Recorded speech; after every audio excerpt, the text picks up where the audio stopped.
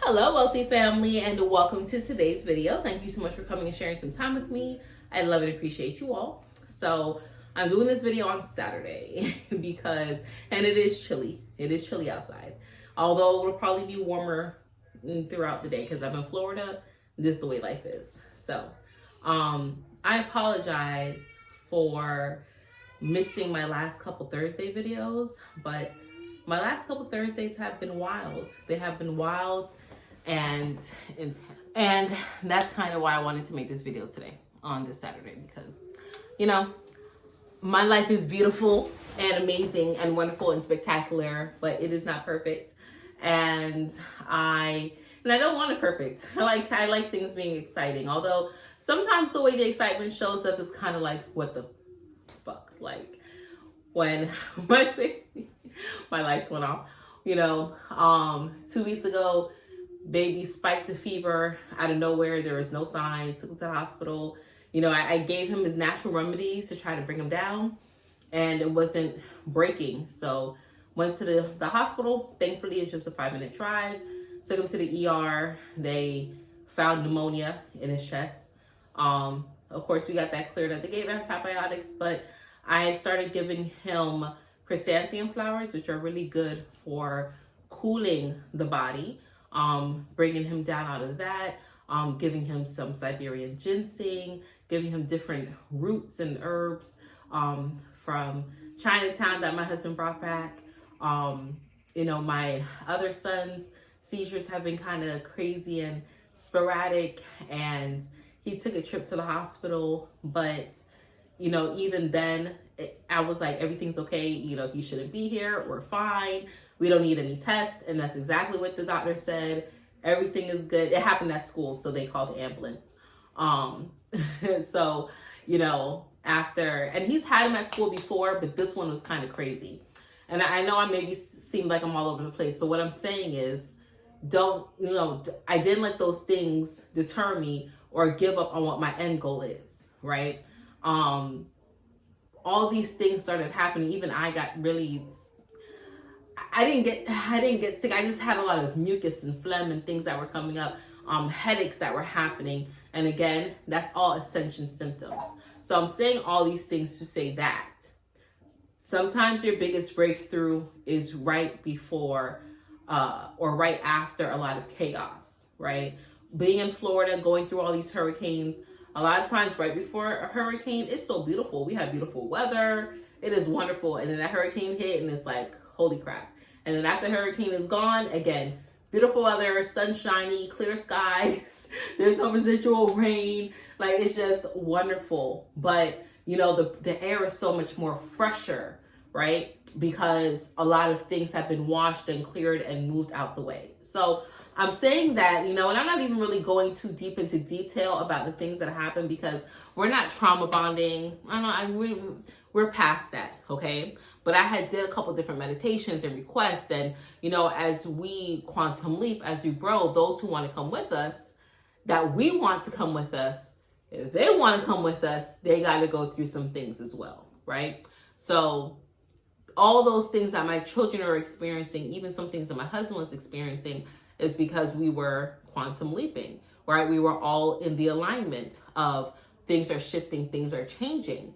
And not once did I fall into the victim role. I just said, this is part of my son's healing journey. This is part of, my little one's healing journey. This is part of us getting better, right? You are the creator of your reality. You're always manifesting this, right? You're always manifesting life. I real deal manifested my son going to the ER, not my little one. I don't know how that came about quite yet, what led there, but I know the answer is coming. But for my 17-year-old, that whole scenario the ambulance being called in, even the interactions I had with some of the peoples there at the hospital, I know I created that in my life, right? My oven, I made a lasagna the other night. I turned the oven off, it threw an error message, and then started doing something wonky. I had to tell my husband to fix it, and he had to pull the stove out from the wall.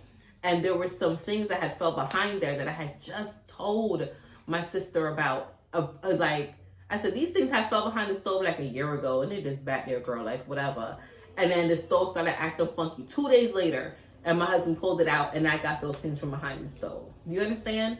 You say things sometimes in fleeting ways, right? I really did think and conjure up about a scenario with my son in the ER. How would it be handled, right? Because the school had asked the question, and then the next day, here they go calling an ambulance for something of that nature, because I thought about it. I thought about it in a fleeting manner. I didn't have any heightened emotion, but it was a thought. It was put into the ethers. It had little resistance. So here it is. It created, it manifested, right? I had a thought about something about getting a text message from someone telling me something, and that text message didn't come from that person, but I did get a text message alert about the thing that I was thinking about. It came from like an AI system or something, whatever, right? The lights went off again, right? Sometimes we think of things, and if you're too preoccupied with the how, it doesn't quite have a clear flow or pathway to get to you. That's why the thoughts or the feelings with the least resistance is what is easier to come through. If you have a lot of resistance to something, it throws up a lot of blocks and barriers, right? So I'm saying that to say this: your world is not, exploding or imploding for the worst of it. It's for the betterment of you. And if you see certain things happening, you want to take some time and reevaluate your thoughts. What are you setting out without any resistance, right? My family is okay. We're all good. We had a beautiful day today. Yesterday cause it was Thursdays that my son went to the ER. So yesterday, Friday, we still went out. We went walking with them during the trick-or-treat season. It was perfect, right? Everything is good. Everything is still perfect. Everything is grand. Everything is always working out in our favors. We are still healing. We are still processing. But I didn't turn around and be like, oh, woe is me. Why is this happening? Now, was it frustrated? Yeah. Did I have some tears? Yeah. Did I have some words with some of the staff at the school? Yup. Did I have some words with some of the staff at the hospital? Hell yeah, because you're not about to play with me and my children, right? I feel the feelings, but I know why it's happening on my pathway in the way in which it's happening, so I can grow from it. Okay, I'm not going to revert back to the victim mentality and be like, I didn't create that. I didn't think this is happening. Know that if you create one thing, you create all things. You are in control of this. And if you can persist in your new storyline, the things that implode or crumble behind you or during the process, you just know that it's working out for you. Okay, use this time. It's 1/11. It's November 11th. It's 111, right? It's a space and a time where you still can send signals up through the very thin veil. Now, the planets don't matter. Numerology doesn't matter. Astrology doesn't matter. It doesn't matter. None of it matters. You are what matters. You are the creator, okay? These things are just your assistants. They're just your helpmates, all right? You talking to your ancestors, which is a beautiful time for that. Give them some wine. If they used to smoke, give them some smoke. Burn some ancestor money, right? Give them some water, get some libations, get some gratitudes. But if you don't feel like you want to, you don't have to, okay? Your ancestors are here to help you. By you helping their spirit, does it help your spirit? Hell yeah. But do you have to in order to get the things that you need and desire? No, you don't have to. The only thing that you have to do is stay consistent to you, to what it is that you want to do and how it is that you want to feel. That is how life works, quite literally. Life works around you. Everybody that says that the universe doesn't revolve around you, they're fucking lying to you because they want to keep the secrets to themselves. The universe does revolve around you. It literally does. In any capacity in which you desire it to.